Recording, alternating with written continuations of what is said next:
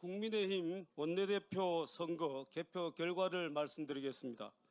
총 투표수 106표 중 기호 1번 송은석 후보자가 60표, 기호 2번 이현승 후보자가 16표, 기호 3번 김성원 후보자가 30표로 송은석 후보자가 과반수 이상을 득표하였습니다. 따라서 원내대표 선출 규정 제22조 1항에 의거 송은석 후보가 국민의힘 원내대표로 선출되었음을 선언합니다. 자, 그리고 인사의 시간을 갖겠습니다. 다시 한번 부탁드리겠습니다. 국민만 보고 앞으로 전진한다는 의미에서 인사 부탁드리겠습니다. 네, 죄송합니다. 죄송합니다. 인사 시간 한번 갖겠습니다. 모두 인사! 소수당의 야당의 원내대표로서 역할과 기능이 일정 부분 제약이 있을 수밖에 없고 그 한계에 대해서도 누구보다 잘 알고 있습니다. 소수당이었던 여당 시절에 원내수석으로 있으면서도 여당이고 대통령이라고 하는 백그라운드가 있는 상황에서도 협상이라고 하는 게 너무나 힘들었던 과정을 제가 직접 체험을 했었습니다. 야당이 된 마당에 더 힘들 것입니다. 그래서 제가 토론 과정에서도 말씀을 드렸지만 우리는 변화와 쇄신이 필요하고 더군다나 과거로 퇴행적인 그런 행위를 하는 것은 대단히 잘못된 생각이고 미래만 보고 가야 되고 국민만 보고 그리고 국가가 가는 길이 뭔지 우리는 늘 생각해야 된다고 저는 믿습니다. 오늘 원내대표로 뽑아주셔서 우리 의원님 여러분들께 정말 고맙다는 말씀을 드리면서 한순간도 웃을 수가 없네요. 제가 어깨가 너무 무겁고 제 모든 것을 바쳐서 열심히 하도록 하겠습니다. 우리 의원님 모두 함께 할 수 있도록 힘을 좀 보태주십시오. 질문을 주시면 답변하는 형태로 하겠습니다. 서울신문 조승원입니다. 먼저 당선 축하드리고요. 아까 혁신위원회 구성을 말씀을 주셨는데 혁신위원장 인선 기준과 혹시 염두에 두신 분이 있으신지? 혁신위원장 인선에 대해서는 별도로 제가 미리 정해놓은 바는 없습니다. 혁신이 필요하다라고 하는 기본 방향에 동의를 하면서 혁신안에 대해서 여러 가지 의견들이 있기 때문에 그 의견들을 수렴을 해서 조속한 시일 내에 혁신위가 발족돼야 된다 하는 점에서 오늘 다른 두 후보도 동의를 하셨기 때문에 그런 쪽으로 조속히 총의를 모으도록 하겠습니다. 혁신위원장으로서 자격 기준, 인선 기준이라 할까요? 기준이라고 한다면 아무래도 당을 사랑하는 마음이 1차적이고 국가를 사랑하는 마음이 필요하겠죠. 그런 점에서 어떤 특정 계파나 정파에 편향적으로 이렇게 알려져 있는 분들은 이번 인선에서는 가급적이면 2차적으로 생각해야 되지 않을까 이렇게 생각합니다.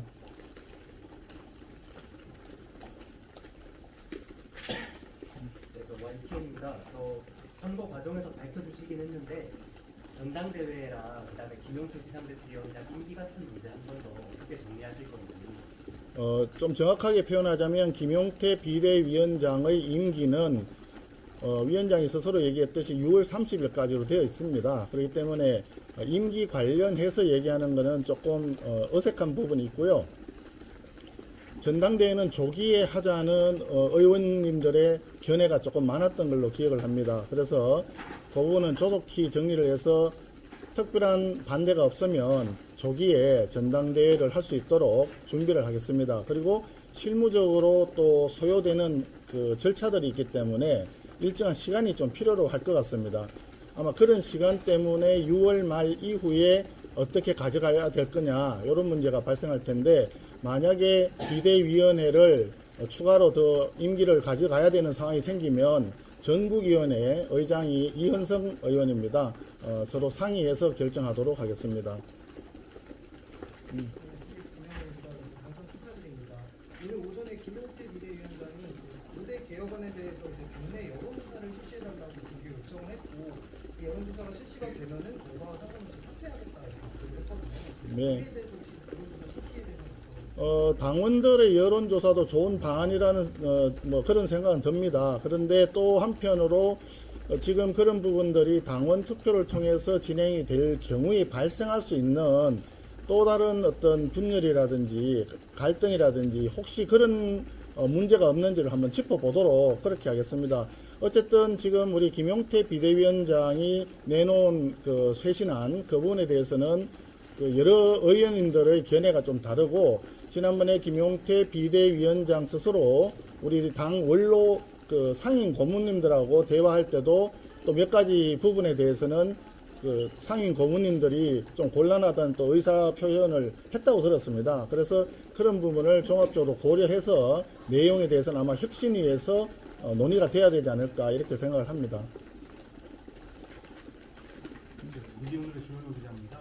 지금 여론조사에서 당 지지도가 20%대로 추락을 했는데요. 그 원인이 어디에 있다고 보시는지하고 아까 저 토론에서도 과거를 묻지 말고 미래로 나아가자는 말씀을 많이 하셨는데 국민의힘이 대선 패배에 의해 이제 실질적이고 증명성 있는 책임을 아무도 안 지고 있고 과거와 단절이 없다는 지적 때문에 이렇게 계속 지지부진한 게 아니냐는 이제 분석인데 어떻게 보시는지 부탁드립니다. 네, 그렇게 뭐 말씀하실 수 있지만 또 한편에서는 우리 당의 어떤 정체성이나 기본 철학에 대해서 충실하지 못했다는 또 지적도 있고 합니다. 하나의 이 사건을 놓고 보면 견해에 따라 가지고 다양한 이야기들이 나올 수가 있기 때문에 종합적으로 잘 검토하도록 하겠습니다. 천일보 김민철입니다. 김용태 위원장 임기 전까지 당 개혁안 관련해서 매듭지을 생각이 있는지 앞에 못 들었습니다.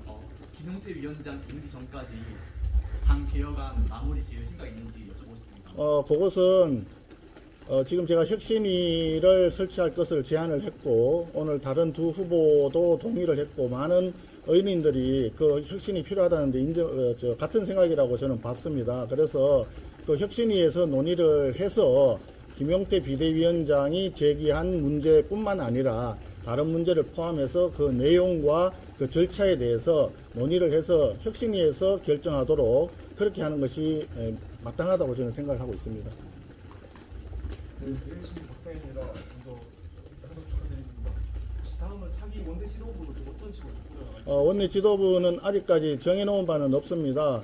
현재 당장 현안들이 돌아가고 있기 때문에 제가 업무를 파악하기 위해서 일정한 시간 동안에는 현재 있는 원내 부대표단이라든지 대변인들을 포함해서 함께 좀 일정 기간 좀 일을 하고요. 그 사이에 여러 의원님들 이야기를 들어서 지도부는 인선을 하겠습니다. 말씀드렸지만 제가 탕평 인사, 적재 적소 인사 이 말씀을 드렸지만 거기에 맞게끔 지도부가 구성되면 좋지 않겠나 그렇게 생각하고 있습니다.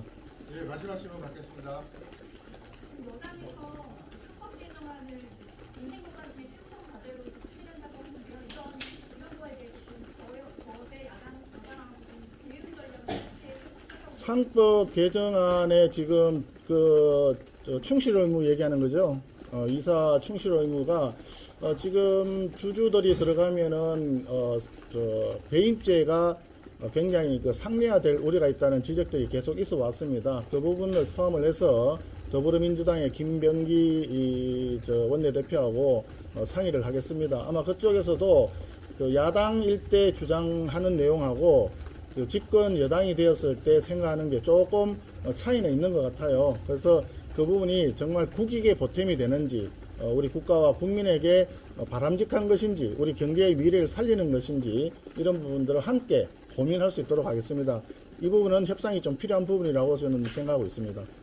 법사위원장 관련해서 의원님들이 가져와야 한다고 지적을 해주셨는데 민주당은 지금 안 내놓겠다는 입장이잖아요. 그래서 이것도 어떻게 구체적으로 더불어민주당에서 지난번에도 한번 그 전체 상임위원장을 다 가져갔다가 뒤늦게 내놓은 적이 있었는데요.